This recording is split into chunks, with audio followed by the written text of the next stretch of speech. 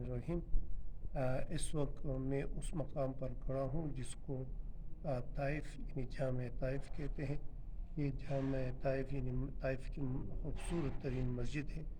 یہ وہ شہر ہے جہاں پر حضور صلی اللہ علیہ وآلہ وسلم دعوت کے لیے آئے تھے، اور طائف کے لوگوں، طائف کے سرداروں نے حضور صلی اللہ علیہ وآلہ وسلم کے پیچھے نوجوان لگائے تھے، اور حضور صلی اللہ علیہ وآلہ وسلم کو پتھروں سے مارا گیا، اور حضور صلی اللہ علیہ وسلم کو زخمی کیا گیا، اور تقریباً 5 کلومیٹر تک وہ نوجوان حضور صلی اللہ علیہ وآلہ وسلم کے پیچھے بھاگتے گئے، اور حضور صلی اللہ علیہ وآلہ وسلم انتہائی زخمی حالت میں ایک باغ میں اس نے پناہ لی۔ تو یہ وہ خوبصورت مسجد ہے جو طائف کے مقام پر جو ہے بنائی گئی ہے، اور یہاں پر جو ہے زائرین آتے ہیں اور یہاں پر 2 رکعت نوافل بھی ادا کرتے ہیں۔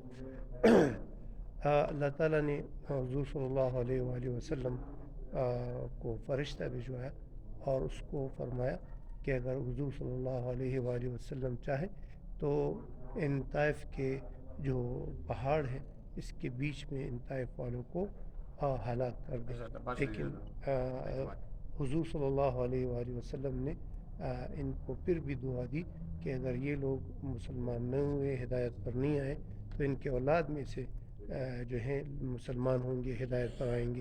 اور اس مسجد کے ساتھ یہاں پر لائبریری بھی ہے، اور حضرت عباس رضی اللہ تعالیٰ عنہ کا مزار بھی ہے۔